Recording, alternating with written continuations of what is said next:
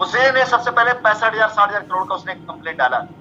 उसी ने अपनी पीआईएल में ढेर सारी स्टोरी डाली, ये लिख करके डाला, इसलिए डाला कि उसके ऊपर केस ना हो। उसकी देखा देखी बहुत से लोगों ने उसे कॉपी करना शुरू कर दिया। अब ये सारी स्टोरी जो पहले डली थी, इसकी वजह से कोर्ट, वकील, मीडिया का जो व्यू था वो बिल्कुल बदल गया, एकदम चेंज, पूरी तरीके से एकदम ऐसा बदला हुआ था, पूछो मत। उसी के ऊपर लोग तरह तरह की टिप्पणियां करते थे मेरे ऊपर। हमारे वकील ने जब कोशिश करी सफाई देने की, दलील देने की, ध्यान समझिएगा इस बात, तो क्योंकि ना तो मैं वहां था ना एमडी साहब, तो कोर्ट में हमारी बात ओरल होती थी, रिटर्न में नहीं आती और रिकॉर्ड में नहीं आती।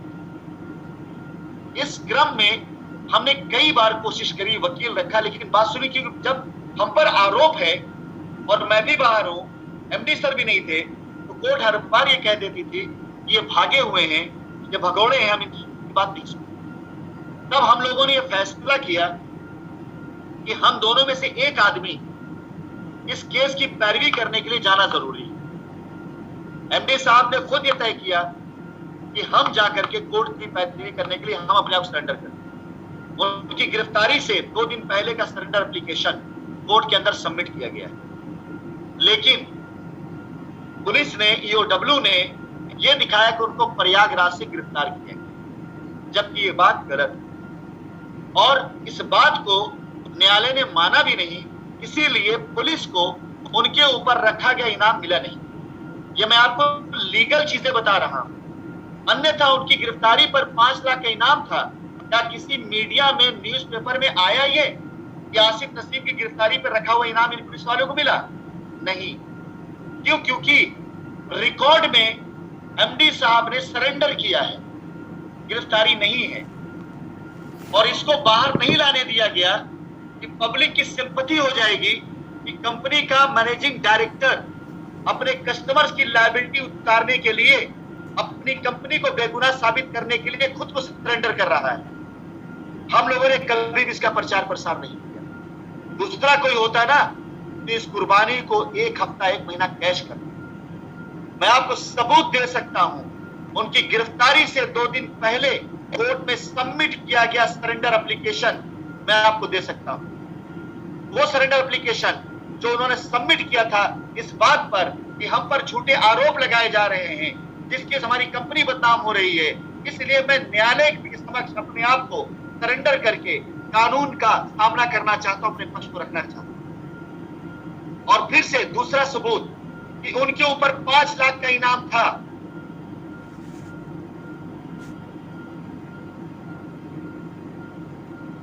लीजिए कि किसको मिला 5 लाख का इनाम?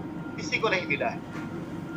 इसका मतलब है कि गिरफ्तारी नहीं बल्कि उन्होंने सरेंडर किया है। जब वो पहुंचे, उन्होंने सरेंडर किया, उसके बाद हमारे वकीलों ने तैयारी शुरू करी कि अब हमारी तरफ से कोई आ गया प्लीड करने के लिए, यानी बात करने के लिए कि हाँ हम बेगुनाह हैं। आप देखिएगा 1-2 तारीख के बाद हाई कोर्ट के अंदर एमडी साहब भी पेश होंगे और वो वहां जाके गवाही देंगे, वहां जाके सारे सबूत देंगे। अभी मुकदमा लड़ाई कहां गया है, अभी शुरुआत हुई है। लेकिन जैसे ही उन्होंने सरेंडर किया वैसे ही तारीख लगनी बंद हो गई। 8 से 10 महीने तक तारीख नहीं लगी। हम लोगों ने बार बार अर्जेंसी डाली तारीख के लिए। इसी बीच में ऊपर वाले के दया से हम लोगों ने एमडी साहब की तरफ से एक रिट डलवाई हाई कोर्ट के अंदर, जिसमें हमने एक्सेप्ट किया कि हम पर लायबिलिटी है, क्योंकि वो पिटीशन डाली गई थी कस्टमर्स की तरफ से, कुछ फर्जी लोगों की तरफ से।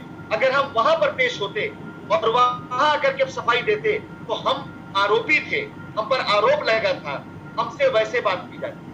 तो हम लोगों ने कानूनन अपने कानून की जो हमारा अधिकार उसको इस्तेमाल करते हुए एक हम लोगों ने रिट लगाई उसी हाई कोर्ट के अंदर, जिसमें हमने अपनी बात रखी और हमने मांग करी कि हमारी कंपनी का बैंक अकाउंट सीज है, हमारी जमीनें लोग लूट रहे हैं, हमारे ऑफिसेस बंद हैं, अगर हमें मौका दिया जाए माननीय न्यायालय अपने सुपरविजन में, तो हम सारी लायबिलिटी खत्म कर सकते हैं। ये पिटीशन जो हम लोगों ने डलवाई, इस पिटीशन को दूसरे जज के बेंच में गई और वहां से इस पिटीशन को क्लब कर दिया गया। इस पिटीशन साथ जो चल रही थी ये हमारी सबसे बड़ी जीत और हमारी पिटीशन को प्राइमरी मान लिया गया। यानी इससे पहले जो पिटीशन चल रही थी कि हम आरोपी थे, अब हमारी पिटीशन को प्राइमरी पिटीशन माना गया कि कंपनी ये कह रही कि हम लायबिलिटी खत्म करना चाहते हैं। और उसके बाद जब पहली डेट लगी तो पहली डेट में जो कुछ हुआ आपने देखा। दूसरी डेट में हमारी सबसे बड़ी जीत हुई जब ये वाहियात वकील आ गया और उसने आकर ढेर सारी अफवाहें फैला दी। मैंने उसी दिन लोगों से कहा था कि चिंता मत करना, ये केस हमको ये वकील जितवा देगा। ये 2 करोड़ का जाहिल वाहियात बेईमान वकील, झूठा वकील, आकर कोर्ट के अंदर मेहुल चौकसी, double passport, south Africa, America, London, इतनी स्टोरी बता दी। अरे साहब, सामने चीफ जस्टिस बैठे हुए हैं, वो तुम्हारी वाहियात बातों को सुन लेंगे। बिलीव करने के लिए उनको सबूत देना पड़ेगा ना। हमारे वकील उस दिन चुप हो गए, भिड़े नहीं, चुपचाप थे। उसके बाद इसी वकील ने बगैर चेक किए, बहुत ध्यान समझे इस बात को, बगैर पक्के सबूत के एक आरोप लगाया कि एमडी आसिफ नसीम जब पेशी पर आते हैं तो वो जा करके रजिस्ट्रियां कर देते हैं लोगों की, या उन्होंने अनैतिक तरीके से, इलीगल तरीके से ऑथराइजेशन बना करके दिया है। और कोर्ट में जब मांगा गया, कोर्ट ने इसको संज्ञान में लिया और कोर्ट ने बहुत बुरी फटकार लगाई कि अगर ऐसा है तो गलत है, इसकी जांच की जाए।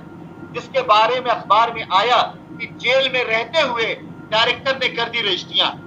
वो आरोप था, सिद्ध नहीं हुआ था, वो आरोप था। लेकिन एमडी साहब ने, जेल के अंदर कुछ स्टाफ थे, जो जेल स्टाफ थे, पुलिस वालों के स्टाफ थे, जिनकी लायबिलिटीज थी, जिन्होंने अंदर एमडी साहब से ये रिक्वेस्ट करी थी कि हम लोगों की भी लायबिलिटी है, अगर हो सके तो इसे कंसीडर कर लीजिए। तो वहां पर पूरा जेल मैनुअल को फॉलो करते हुए, कानून का पूरा पालन करते हुए, जेलर के तरीकों उससे अटैच करा करके एक ऑथराइजेशन लेटर बना करके दिया।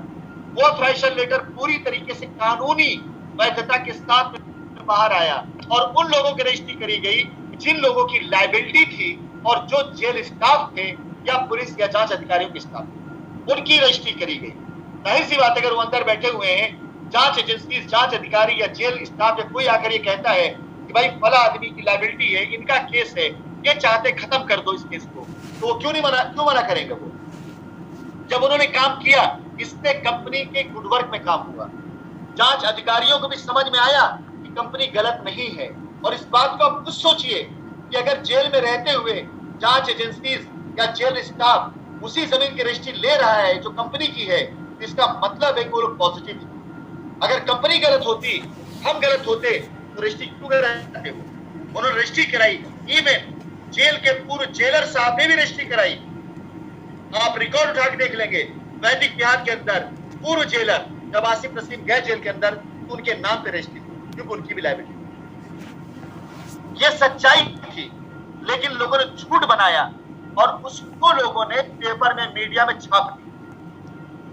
कहां तक छापा कि डायरेक्टर ने जेल में रहते हुए कर दी 800 रजिस्ट्री और पैसा भेज दिया दुबई। इसकी होगी जांच कि कैसे दुबई में बैठा हुआ डायरेक्टर रजिस्ट्री करा सकता है, जेल बैठा आदमी रजिस्ट्री करा सकता है। अगली तारीख में हमारे वकील ने, अच्छा, जज ने पूछा जब सामने अपोजिशन लॉयर से कि क्या ये सच है, तो अपोजिशन के लॉयर ने कहा कि यस मी लॉर्ड, मैंने जेलर से पूछा और जेलर ने कहा कि ऐसा कोई ऑथराइजेशन नहीं दिया गया था, इसलिए ये रजिस्ट्री जो हुई गलत हुई। तो जज साहब ने जांच के आदेश दिए। हम लोगों ने क्या किया, पिछली तारीख में हमने सारे दस्तावेज जो हमने लीगल तरीके से बनाए थे, किसी को नहीं बल्कि कोर्ट में सबमिट कर दिए। देखिए, ये पेपर है, ये ऑथराइजेशन है, ये जेलर साहब का साइन है, ये सुप्रीम कोर्ट की रूलिंग है कि कोई भी व्यक्ति जब तक उस पर आरोप साबित ना हो जाए, वो जेल के अंदर रहते हुए ड्यूरिंग इन्वेस्टिगेशन अपनी पावर दे सकता है अपनी प्रॉपर्टी को या कंपनी की प्रॉपर्टी को आंशिक या पूर्ण रूप से बेचने के लिए। ये सुप्रीम कोर्ट की गाइडलाइन, हमने वो गाइडलाइन लगाई, पेपर लगाया, जेलर साहब का अटैच किया, डॉक्यूमेंट लगाया और किसी को नहीं दिया।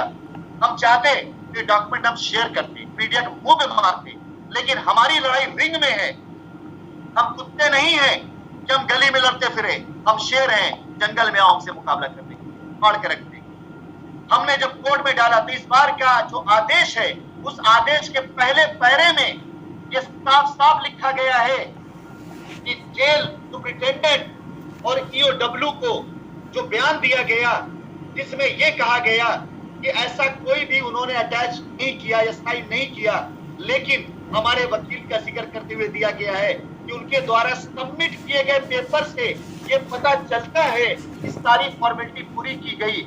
इससे साफ साफ जाहिर होता है कि जेल स्टाफ और जांच एजेंसी कोर्ट को मिसलीड कर रहे हैं।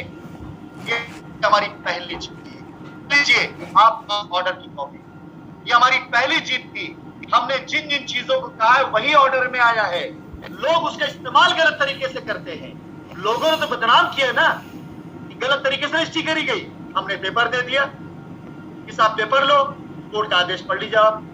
दूसरा जो पैरा उसके अंदर आया है कि कंपनी के 120 अकाउंट सीज हैं और आज तक जांच एजेंसी ये जांच नहीं कर पाई कि ये पैसे कहां से आए और कहां गए। 1 साल से जांच एजेंसी क्या कर रही है? ये इसलिए क्योंकि हमने कहा ये बात कि हमारे बैंक अकाउंट सीज है, उससे पैसे पड़े हुए हैं। आप खुद देख लीजिए किसका बकाया है, किसको देना है, दे दीजिए उठा करके, या आप हमें कहिए हम दे देते हैं, आप मॉनिटरिंग करिए। हमें भी पैसे लेने हैं, हमें पैसे देने हैं, दोनों चीजें बनती है। इसी को बेस बनाकर माननीय न्यायालय ने तो अगला पैरा आदेश में है कि जांच एजेंसी के पास 120 अकाउंट सीज है कंपनी का, 1 साल से जांच क्यों नहीं कर पा रही? इसका जांच एजेंसी सीरियस नहीं कि हम हमारे डाली की रिट के ऊपर है। आपके पास कोई कायदे वकील है ना, हमारी रिट निकलवा के पढ़वा लीजिए। हमने ये भी डाला हुआ है कि हम अपनी जमीन की रजिस्ट्री करके रजिस्ट्री सबमिट करी है हमने कि हमने हजारों लोगों की लायबिलिटी दूर करी, इसकी जांच करी। हमने ये भी डाला है कि हमने एफआईआर वालों की भी दी है, हमने अपनी बात रखी है। आज उन सारी चीजों के आधार पर जांच होनी शुरू हुई। अब ये जांच शुरू हुई,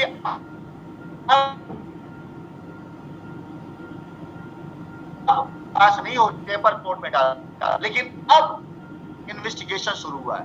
मैं बताऊं कौन कौन जाएगा, कौन कौन फंसेगा। आज तारी से खड़े रहना, हर वो प्रेसिडेंट जो कंपनी से जवाब देगा कि पैसा किस चीज का था, कमीशन का था ना, कौन से कमीशन का था? राम कुमार को तुमने प्लॉट बेचा था, उसका कमीशन था। राम कुमार ने एफआईआर किया, कब्जा नहीं मिला, तो उसका कब्जा कौन दिलाएगा? हर वो पैसा जो कंपनी से एडवांस गया किसानों के पास, सबसे ज्यादा बुरी तरीके से फंसेंगे इसके अंदर मुजफ्फरपुर, गया, पटना, यहाँ की साइटों पर जिन लोगों ने कंपनी की जमीन मारी है, ये सारे के सारे बुरे तरीके से फंसेंगे। जिन लोगों ने अपने अकाउंट में पैसा लेकर कंपनी के नाम पे रजिस्ट्री करी है, जैसे जरी डेवलपर, उसने रजिस्ट्री करी कंपनी के नाम पर, एफआईआर भी है, नाम दिया जाएगा, इंतजार कर लीजिए आप। हर वो बंदा जो कंपनी के नाम पर, कंपनी की जमीन पर रजिस्ट्री कराया ऑथराइज सिग्नेटरी के साथ में, जिस जमीन पर शाइन सिटी का पैसा पड़ा है, शाइन सिटी अकाउंट से पैसा पड़ा है, जिस जमीन पर शाइन सिटी के नाम से ऑथराइजेशन लोगों ने बनवाया है और उन्होंने रजिस्ट्री कस्टमर की है और पैसा लूट लिया है और कंपनी को बदनाम किया, हर वो बंदा जेल जाएगा। तैयार आप मत डरिएगा जिन्होंने गलत काम नहीं किया है। चोरी करी वैदिक पैसा लिया अपने बैंक अकाउंट में और नाम बदनाम, चोरी करी दुर्गा प्रसाद ने, पैसा लिया अपने अकाउंट में और नाम बदनाम किया कंपनी का। जो लोग जमानत पे बाहर आ चुके हैं, अगर अब की जांच में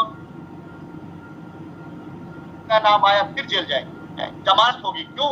क्योंकि जमानत में अगर ये आ गया कि जेल के बाहर रहते हुए इन्होंने फिर से ही कार्य किया था, हो सकता है हो मौजूद हो इस मीटिंग के अंदर वैदिक विहार जो देख रहा था, जेल से आने के बाद भी उसने वैदिक विहार पे काम किया हुआ है, इसी आधार उसकी जमानत रद्द हो जाएगी, इसी आधार रद्द हो जाएगी, तो हम रद्द कराएंगे। अब जो जांच चल रही है वो जांच आप ऐसे मानिए कि सपोज करें कि मेरे शरीर में एक बहुत बड़ी बीमारी हो गई है, तो शरीर तो मेरा ही है ना, बीमारी मेरी है। अब अगर ऑपरेशन करेगा डॉक्टर तो मेरी शरीर करेगा ना वो, तो कष्ट तो मुझे ही होगा, लेकिन बीमारी बाहर निकलेगी। एक बहुत बड़ी बीमारी को दूर करने के लिए सर्जरी बहुत बड़ी होती है। तो अगर मेरे शरीर की सर्जरी होगी, इसका मतलब नहीं कि मैं मर जाऊंगा, इसका मतलब है कि मैं क्लियर होकर बाहर निकलूंगा, शरीर स्वस्थ हो जाएगा। तो ऐसी शाइन सिटी की जांच हो रही है। शाइन सिटी के अंदर बीमारी है, ये सारे लोग फोड़ा, फुंसी, कैंसर, मलेरिया, पता नहीं क्या बनकर बैठे हुए हैं। इस जांच में, इस सर्जरी में ये सारी बीमारियां बाहर निकलेंगी। जब बीमारियां निकल जाएगी ना, तो शाइन सिटी एक स्वस्थ शरीर बनकर के बाहर। तो जब ऑपरेशन हो रहा हो तो इसका मतलब ये नहीं होता है कि आप मर गए। बड़ी बीमारी होती है ना, उतना बड़ा ऑपरेशन होता है। जितना बड़ा स्कैम किया है लोगों ने, उतना बड़ा ऑपरेशन हो। आप शाइन परिवार से जुड़ा हर एक आदमी निश्चित रहे, किसी भी अखबार की खबर को आप देख चुके हैं, कितनी सत्यता होती है, क्या क्या छापते हैं। वैसे फिलहाल एक बात मैं और बता दूं आपको, हम लोगों ने अब जिस तरह के लॉयर को किया है, और जैसे लॉयर की टीम अब खड़ी हो रही है, उन लॉयर्स का ये हम लोगों को राय है कि ऐसे हर एक सोशल मीडिया और मीडिया वालों के खिलाफ हम मानहानि का केस करें, जो बिला बनाकर किसी साक्ष्य के हम, और अगली तारीख के बाद आप देखेंगे इन लोग खिलाफ एक्शन होना शुरू, इनके खिलाफ भी एक्शन।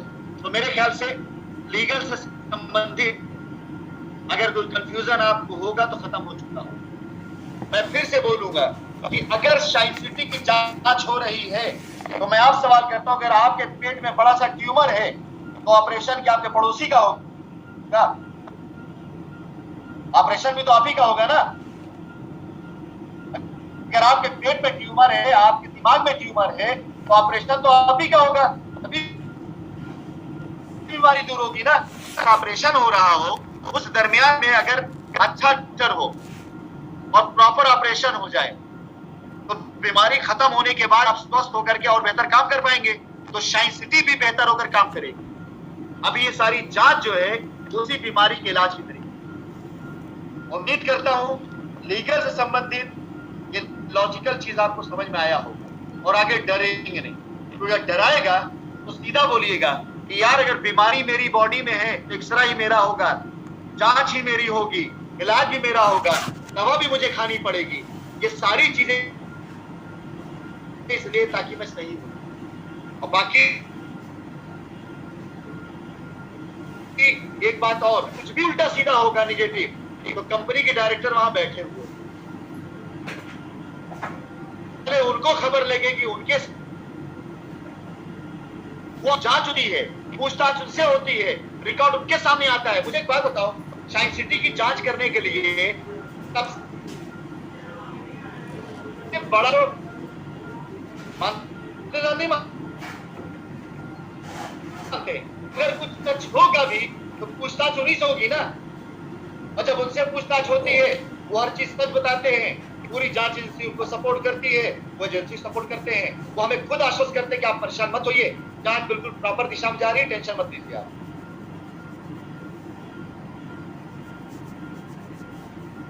अब इससे बड़ा क्या सबूत, तक मैंने ये बात कही थी, इससे बड़ा क्या सबूत दूं कि अगर इस कंपनी में दो मालिक, एक राशिद नसीम, एक आसिफ नसीम, पूछताछ अगर होगी राशिद नसीम आसिफ नसीम से ही होगी। आसिफ नसीम वहां पे मौजूद हैं तो जो उनसे पूछा जाएगा वही तो जांच, जो बताएंगे वही जांच का पार्ट आएगा ना। या ये जो फालतू फालतू दो मीडिया वो आएगा क्या? ये कुछ जो मैंने पहले नहीं कहा था आज आप बता रहा हूं। ध्यान रखना दो बातों पर हमेशा, आपकी कंपनी का डायरेक्टर आपकी हम सब की लड़ाई लड़ने के लिए वहां मौजूद, उस शख्स ने खुद फैसला है इस कंपनी की लड़ाई लड़ने के लिए, इस कंपनी क्लीन चिट दिलाने के लिए अगर मुझे अपनी जिंदगी के साल 2 साल जेल के अंदर काटना पड़ा तो मैं काटूंगा, लेकिन जिस कंपनी को हम लोगों ने इतने प्यार से बनाया, इतनी मोहब्बत से बनाया, इतनी ईमानदारी से बनाया, उस कंपनी को मरने नहीं देंगे। आपका डायरेक्टर, आपका मैनेजिंग डायरेक्टर इस समय लखनऊ जेल के अंदर बैठ करके दमदारी के साथ ये लड़ाई लड़ रहा है, कोई भगौड़ा नहीं है, ये ध्यान रखिए। पहली बात, आज पहली बात कह रहा हूं, शायद ये बात आप तक कभी नहीं लाई गई। इस बात से आप कभी रूबरू नहीं कराएंगे। दूसरी बात, कुछ भी होगा निगेटिव तो सबसे पहले उनको पता चलेगा और सबसे पहले उन तक खबर जाएगी, सबसे पहले उन पर असर पड़ेगा और उसके बाद मुझे पता चलेगा। तो जो अफवाहें फैलती, जो आज मैं इतने कॉन्फिडेंस के साथ काम कर रहा हूं, इन्वेस्टमेंट कर रहा हूं, वो इसलिए कि रियल चीज मुझे पता है। इससे बड़ा सबूत मैं आपको नहीं दे सकता। और आप में से जितने लोग मिलने जाना चाहें उस दिन काम कर लीजिए। तो अपने कॉन्फिडेंस लेवल के लिए आप जाना चाहेंगे तो मैं आपकी मुलाकात भी वहां पर सेट करा दूंगा कि आप लोग जाइए एक वकील के साथ में, उससे मिलिए, उनसे जानिए, सच्चाई आपको वहां से पता चलेगी। मुझे मजबूर पड़ा आज ये बात कहने के लिए, अन्यथा तो उनके नाम का इस्तेमाल कभी करने वाला नहीं था कि वो गए लड़ने के लिए इस लड़ाई। ये दो कौड़ी के लोग जो है बदनाम करते हैं, हमें क्या रोकेंगे? हमारे दिमाग, हमारी ईमानदारी, हमारी सच्चाई को ये क्या जानेंगे?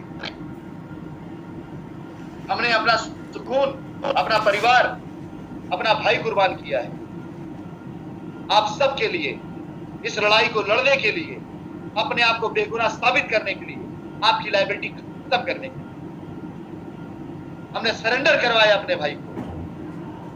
आपका सीएमडी, आपका एमडी पूर्ण रूप से समर्पित है इस कंपनी को। मेरी भी जरूरत पड़ेगी तो मैं आ जाऊंगा। क्यों उस बंदे ने समर्पण किया? इसलिए कि जल्दी से जल्दी फैसला हो और जल्दी जल्दी लाइबिलिटी खत्म। इससे बड़ा कोई सबूत चाहेंगे आप? इससे बड़ी कोई कुर्बानी चाहेंगे आप? 1 साल होने को आ रहा है, मैंने इस 1 साल में कभी भी ये बात नहीं कही। और याद करिए, एमडी सर के अरेस्ट होने के पहले से मैंने लायबिलिटी उतारना बंद कर दिया, आपसे बात करना बंद कर दिया। और एमडी सर के अरेस्ट होने के बाद मेरा आखिरी ऑडियो इसी बात का आया था कि उन्होंने सरेंडर किया है। उसके बाद मैंने काम करना बंद कर दिया था, क्योंकि हम दोनों भाई मिलकर इसी रणनीति पे काम कर रहे थे कि हमें इस कंपनी की इज्जत, इस कंपनी का मान सम्मान वापस चाहिए। ये एमडी आसिफ नसीम के वर्ड्स थे। पहले जब वो लखनऊ पहुंचे तो पहले उनकी डिमांड मुझसे थी कि मैं 1-2 साल अंदर बैठ जाऊंगा, लेकिन आपको मेरी कसम है इस कंपनी को आप खड़ा कर दीजिए। कि उस शख्स की डिमांड थी। आज मैं इस कंपनी के लिए अगर आप लोगों के साथ काम करने के लिए आया हूं तो मेरे भाई 1 साल से हम लोग कुर्बानी भी देते आ रहे हैं। ये कंपनी नाम विश्वास कैसे ही नहीं है, ये कंपनी नाम, और हम में से किसी का परिवार कहीं नहीं फरार हुआ है, कहीं नहीं भागा है। हमें घमंड है, हमें गर्व है कि हमारा परिवार वहीं उसी देश में, उसी जगह पर। अगर हम गलत होते तो हमारा भाई जेल के अंदर, हमारा परिवार हिंदुस्तान के अंदर नहीं रह रहा होता। जब कोई आदमी बीमार होता है तो सब मेरा घर, परिवार, रिश्तेदार, बाल बच्चों को लेकर भागता है। कभी ध्यान दिया आप लोगों ने इस बातों पर? कभी सोचा आप लोगों ने इन बातों को? इतने छोटे स्तर के हम लोग नहीं हैं कि हम इन बातों को कह करके आपकी हमदर्दी ले। हमें आपकी हमदर्दी नहीं चाहिए, हमें आपकी दिलेरी चाहिए, हमें आपकी मर्दानगी चाहिए, हमें आपकी हिम्मत चाहिए, हमें आपका विश्वास चाहिए। अगर वो मिलता रहा है ना, हम पूरा कर डालेंगे अपना। हमने अपना फर्ज निभाया है। एमडी आसिफ नसीम ने अपना मैनेजिंग डायरेक्टर होने का कर्ज और फर्ज निभाया है, और राशिद नसीम पीछे बैकअप दे रहे, सीएमडी होने का फर्ज निभा रहे हैं। आज आपको लड़ाई पूरी तरह समझ में आ जानी चाहिए। इस सामने खड़े होकर वो लड़ रहे हैं, पीछे से बैकअप मैं दे रहा हूं। क्योंकि जब कंपनी बन रही थी तो सामने से मैं लड़ता था, पीछे से बैकअप वो देते थे, जमीन खरीदने का, डेवलपमेंट कराने का, रजिस्ट्री कराने का। और आज वो बंदा सामने से लड़ रहा है और मैं बैकअप दे रहा हूं। कोर्ट की तारीखें होती है, पेश होते हैं वो, कोर्ट की तारीखें होती हैं, हाजिर होते हैं वो।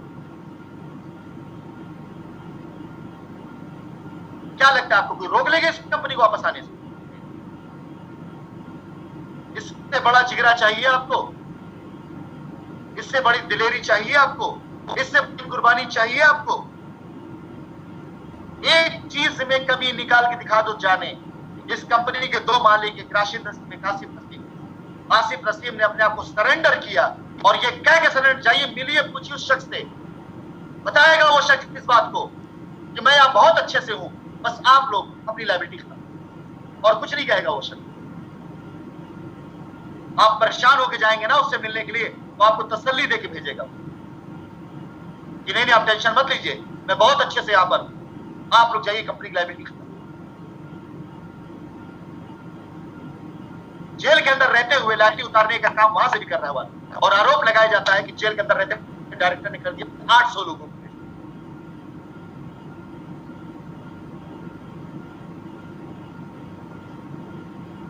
ये हमारी बेगुनाही का और हमारी नियत का सबसे बड़ा सबूत। आज तक हमने ये बात आप नहीं कही, और आज पहली बार सीरियसली कहने के लिए आ गए, आप मत डरो। बस में इस कंपनी का मैनेजिंग बैठा हुआ है, हर परेशानी, हर चीज आप तक बातें पहुंचेगी, पहले उस तक पहुंचे। आप किसी के डराए मत डरो। अगर बेगुनाह कोई आपको परेशान करेगा ना, वो गवाही देने के लिए वहां बैठा हुआ कि नहीं, इनका कोई लेना देना नहीं, ये बेगुनाह है, निर्दोष है। और अभी आप देखें ना, इस कानूनी लड़ाई में बहुत मजा आने वाला है। अभी आप देखें ना कि जब कोर्ट में ट्रायल चलेगा, जब कोर्ट के अंदर क्वेश्चन आंसर होगा, जब कोर्ट के अंदर कस्टमर और एसोसिएट को बुलाया जाएगा और सवाल जवाब होगा कि आपने कंपनी में पैसा दिया तो कितना पैसा दिया, उसके साक्ष्य कहां है? बोलेंगे मिलॉर्ड, मैंने तो खाली 3 लाख कंपनी में दिया था, बाकी पैसा तो मैंने प्रेसिडेंट को दिया था। मजा तब आएगा, मजा तब आएगा, बहुत मजा आएगा। इसलिए क्षणिक तौर की परेशानी से डगमगा मत जाना, क्योंकि ये जंग हम हारेंगे नहीं, जीत चुके हैं। मैं हमेशा एक बात कहा करता था हिंदुस्तान में कि मैं कभी गलत करता नहीं, और जब कोई गलत तरीके से मुझे फंसाता है तो मैं पहले अपनी जीत को निश्चित कर लेता हूं। तो आज इस लड़ाई में हमारी जीत निश्चित है। बस साथ कौन खड़ा है ना, ये वो वक्त, ये आजमाइश का वक्त। जीत के निकलेंगे, सब आ जाएंगे। साथ कौन खड़ा है ये देखते हैं। आपको क्या लगता है कि मैं ये लायबिलिटी प्लान उतारने के लिए 50% पेमेंट के लिए मैं यहां पर कोई पैसा चंदा इकट्ठा करने आया? नहीं साहब, 1 साल पहले हम दोनों भाई ने मिल करके इस कंपनी की पूरी लायबिलिटी उतारने के लिए फैसला किया, और आज भी मेरे कानों में वो वर्ड्स गूंजते हैं जब आसिफ नसीम अरेस्ट हुए और जब पहुंचे हुए इलाहाबाद शहर, तो हमने अपने माता पिता को लाइन पे लिया, आसिफ ने हमको लाइन पे लिया, हमारे वकील ने बात कराई, हम सब लाइन पे पूरे परिवार की। और आसिफ ने एक ही बात कही थी, माँ बाप को समझाया था कि आप लोग टेंशन मत लीजिएगा, परेशान मत होइएगा, हमने काम बढ़ा कि हमारी जिम्मेदारी है। दुनिया के किसी कोने में चले जाएंगे, हम सुकून से नहीं रह पाएंगे। अगर अपनी जिंदगी 1-2 साल हमने कुर्बान कर दिए, तो हम अपनी आने वाली पूरी जिंदगी सुकून के साथ, घमंड के साथ, इज्जत के साथ सबके बीच जी लेंगे। ये जिंदगी पसंद नहीं है कि हम छिपते हुए फिरें। हम लोग शेर के बच्चे हैं, शेर की तरह से हम लोग जीना जानते हैं, हम भाग के नहीं जीना चाहते।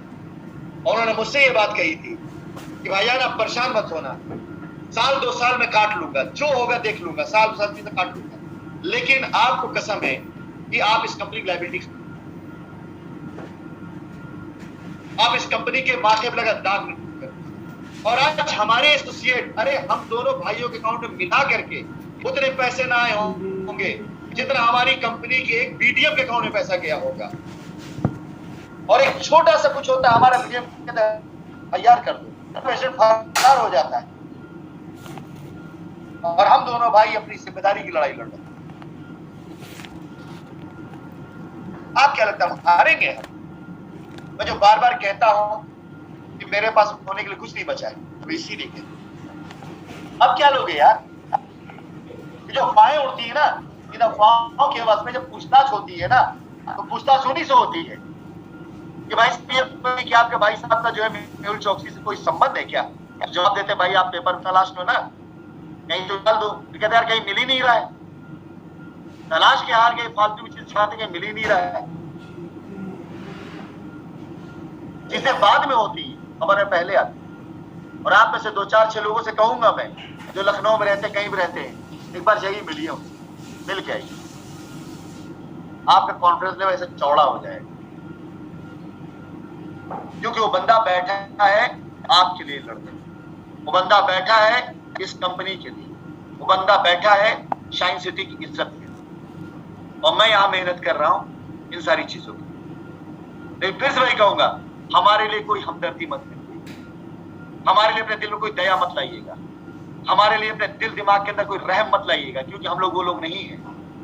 हम मर जाना पसंद कर लेंगे, किसी की दया पे जीना पसंद नहीं करेंगे। हम मर जाना पसंद कर लेंगे, लेकिन मुंह छिपा के नहीं जिएंगे। हम मर जाना पसंद कर लेंगे, लेकिन अपने ऊपर कलंक लगा के नहीं मरेंगे। हम विजेता हैं, हम बहादुर लोग हैं, हम दमदार लोग हैं, लड़ना जानते हैं, और शाइन परिवार को दमदारी से बनाया है। चलिए क्षमा करिएगा, थोड़ा बहुत भावुक हो गया हूं मैं, पहली बार मीटिंग भावुक हूं मैं, क्योंकि आप लोगों को ऐसे आलतू फालतू लोग, एक बार अगर पब्लिक में मैसेज चला जाए, यार कंपनी के दोनों मालिक, दोनों भाई कस्टमर के लिए इस हद तक परेशान है लायबिलिटी उतारने के लिए, ये अगर एक बार छप जाए, एक बार लोगों में चला जाए, तो क्या लगता कोई एफआईआर रह जाएगी? और अब कहते क्या पा लिया एफआईआर वालों ने, कंपनी सरेंडर हो, क्या पा लिया आपने? बताइए मुझे आप। हमारा इरादा गलत होता तो बिल कराने की कोशिश हम करते, इरादा गलत होगा तो हम उनको बड़े आराम से बेल पे बाहर निकालने के लिए लड़ाई लड़ रहे होते। हम उनकी बेल की लड़ाई नहीं लड़ रहे, हम कंपनी की लड़ाई लड़ रहे। उनके लिए नहीं खड़ा हुआ बड़ा बड़ा वकील, कंपनी के लिए खड़ा बड़ा से बड़ा। बच जाएंगे, सब बच जाएंगे, वो भी बच जाएंगे, हम भी बच जाएंगे, आप भी बच जाएंगे। सुना कभी आपने कि शहर का नामी ग्रामी वकील आसिफ नसीम के लिए खड़ा हुआ है? सुना कभी आपने किसी बड़े वकील का नाम कि जो उनके बेल के लिए खड़ा हुआ है? नहीं सुनेंगे आप, क्योंकि हमारा वादा है, हमारा वादा है, खड़े होंगे, लेकिन तब जब हम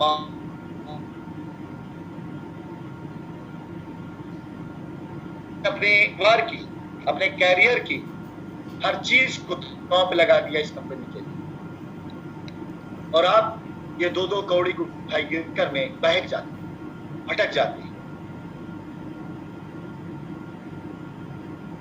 नहीं असर करना चाहिए आप पर, जहां इतनी कुर्बानियां हो ना, वहां इतने छोटे लोगों की कमेंट, छोटे लोगों का बहादुर लोग खड़े हैं आपके साथ में यार।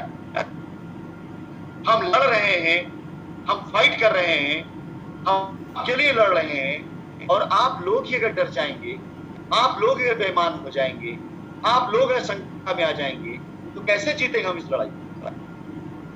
कहां जाएंगे हम? किसके लिए लड़ेंगे हम? आप लोगों को नहीं दिखाया गया जो कुछ लोगों को अमीर बना सकता। प्रेसिडेंट ने बताया कंपनी भाग गई ताकि वो बच जाए, एसोसिएट ने कहा जो एफआईआर कर दो ताकि वो बच जाए। एफआईआर जब करने गए तो वकीलों ने खोल लिया अपनी दुकान, संगठनकार ने खोल लिया अपना पीआईएल की दुकान, ये सारे अपनी दुकान खोल बैठ गए। आपका भला किसने किया? आपके लिए कौन बात कर रहा है? वो संगठन, वो वकील, कंपनी। अभी किसी टीम ने 1 लाख रुपए दिया इस वकील को कंप्लेन एफआईआर डालने, उससे बात होने के बाद उस बंदे ने उससे पैसा वापस मांगा, तो पैसा वापस देना छोड़ो, एफआईआर नहीं कराया, उल्टा उसके ऊपर एफआईआर के धमकी दे डाला। और वो बंदा गया हमारी साइट विजिट करने के लिए, उसकी फोटो वायरल हुई, तो उसको फोन कर कहता है कि तुम विजिट पे गए थे क्या? अगला सवाल करता है कि भाई मुझे लाइबिलिटी उतारनी है, जहां लाइबिलिटी उतरी वहां जाऊंगा। तो कहता है तुम्हारे पर केस कर दूंगा, तुम वहां पे कराओगे तो तुम्हारा नाम डाल दूंगा भाई। चलिए आज की मीटिंग खत्म करते हैं इस ऑफर के साथ में कि आप सभी लोग जितने लोग हैं अपनी टीम अपने लोगों में मात्र 10-10 लोगों को खाली मैसेज दीजिए। ऐसे लोगों के साथ में बातचीत कॉन्टैक्ट एकदम खत्म कर दें जो लोग नेगेटिव बातें करते हैं, नेगेटिव प्रमोट करते हैं। मुझे आने दीजिए, एक बार आने दीजिए।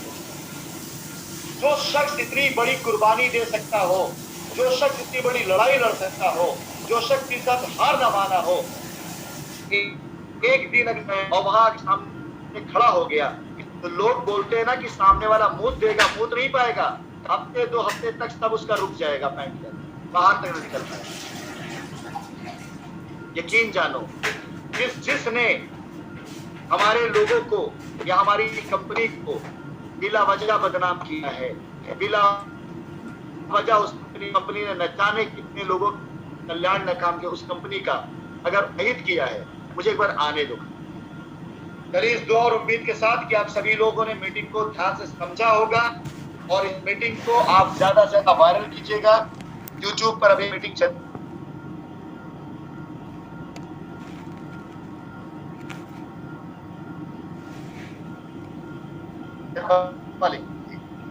आप मेरा परिवार है, हम सबसे आपको मुझे हौसला देना, हौसला दीजिए। आपको मैं गाली देना, गाली दीजिए, हम वो भी सह लेंगे, लेकिन आप दीजिए, कंपनी कस्टमर होके दीजिए। लेकिन देखिए जरूर यूट्यूब पर वायरल करिए इस मीटिंग को लोगों, और आज जो बात आपसे कही गई उस बात को सिर्फ सुनिए मत, समझिए भी और उस पर कदम आए।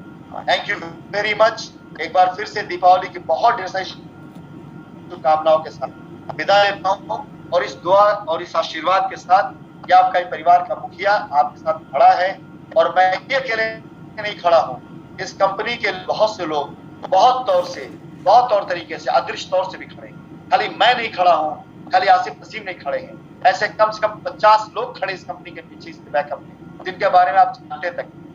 एक कि जब ये सारी साइटें मैं डेवलप करा करके अपने शाइन परिवार के लड़कों को हवाले करके मैं खुद आऊंगा लीगल लड़ाई लड़ने के, और तब इस कंपनी की सारी लायबिलिटी तब तक मैं खत्म कर चुका हूं, तब मैं वसूलूंगा हर उस बेइज्जती की कीमत, हर उस बदनामी की कीमत और हर उस बेईमानी की कीमत जो लोगों ने हमारे साथ किया है। छोड़ना नहीं किसी को, जानते नहीं लोग अभी मेरी प्लानिंग का।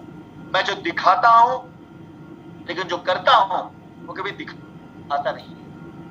मेरा लक्ष्य दिसंबर तक हर एक साइट को मजबूती से खड़ा करके, हर एक लड़के को मजबूती के साथ 2, 4, 10 टीम लीडर खड़ा कर दो साथ में, ताकि साइट चलती रहे, लड़के काम करते रहे, काम होता रहे, लायबिलिटी भी उतरती रहे, लोग, हमारा परिवार एक होकर काम करता रहे।